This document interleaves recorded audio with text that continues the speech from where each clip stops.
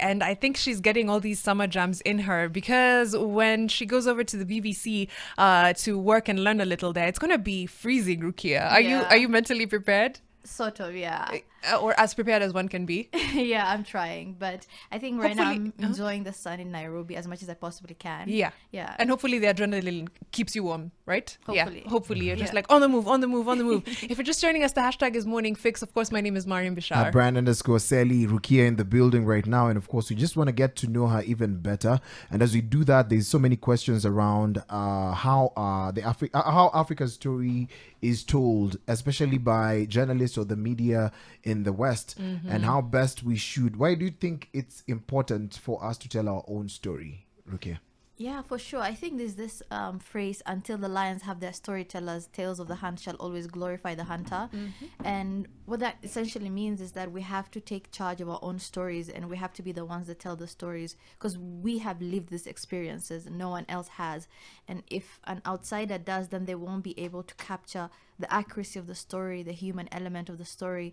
And yeah, that's why I really value telling African stories, and why I love African journalists telling their own stories. And I think we've even begun to appreciate more, like during the last maybe month, Mandamano, etc. Everyone was like, it's so important that we have these stories being told. And even from a Western perspective, that you have like a Larry here to show, because if someone else comes and says, Exactly, hey, there's chaos in Nairobi, you know, it's a misrepresentation sometimes of what's on the ground. But we're growing and we're learning and we're making human interest stories that are super powerful. But how did you get into like that niche, Rukia? Specifically, why human interest stories? What about them you could have done, you know, could do health, which is still human interest, could do tech, but you chose something sports. True. I wouldn't. When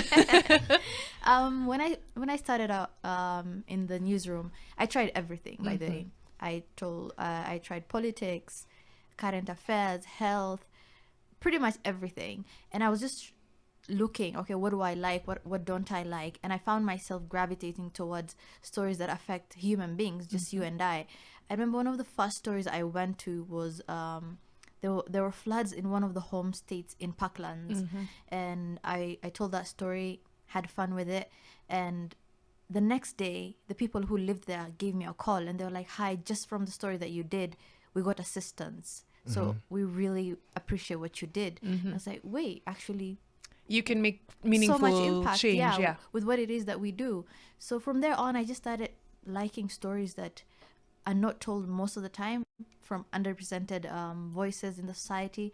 And from there on, I just really enjoyed doing what I do, and especially features. Features allows you to cook the thing. It does. Let them cook. Let her cook. Let her cook. So kindly share with us the journey that led to this amazing award, a KOMLA DUMOR award, because most people just know you won the award, but they don't know what actually led to this. I saw you Snapchatting your best friend, and he didn't know Kumbe, you're just about to get that call. How many months or weeks or how long was it in the works? It was months.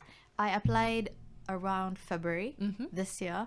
And from there on, you just sit tight and wait, right? Yes. And I got shortlisted, did a bunch of assessments, and then had an interview around June. And they got back to me around July, the day before the announcement. And they were like, hey, we just need to do something, like a follow-up. And I was, oh, okay. I was like, but the anticipation, when I tell you, Mariam and Brian, the anticipation, the weeks leading to that day, I was everywhere, but not that. You know what I mean? Like, just waiting for that, and you're just checking your phone. I'm like, okay, relax. Every other person, even an M-Pesa text isn't exciting anymore. You're just like, if it's not the call I want. Because you're like, I really just want to know. If I haven't gotten it, then let me just grieve this and move on. But if I did, oh my God, let me just know. Yeah. But the process was very long, but it was worth it at the very end. You mentioned the importance of, representing people who aren't, underrepresented minorities. Also, a hijabi winning this award is a big, big deal. What does that mean to you? And what do you, I know it's hard to look from the inside looking out, but what do you think it means for all the hijabis, all underrepresented women, every minority community that's looking at you and saying, go Rukia? I know. First of all, the love has been amazing. It's been immense on social media, everywhere. The day that the news came out, I couldn't even touch my phone. My phone just kept on buzzing. Yeah.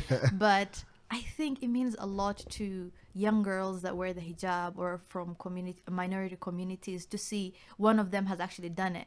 To know that, this person actually just had a dream and they just worked towards it, and so many things led to them reaching this moment, but they actually did it, and I can actually do it as well. So I think it's just a message of hope. That really nothing is far-fetched, right? Nothing is impossible, and it's good to see. If they say if you're not if you don't have a seat at the table, you're on the menu, right? So let's get more people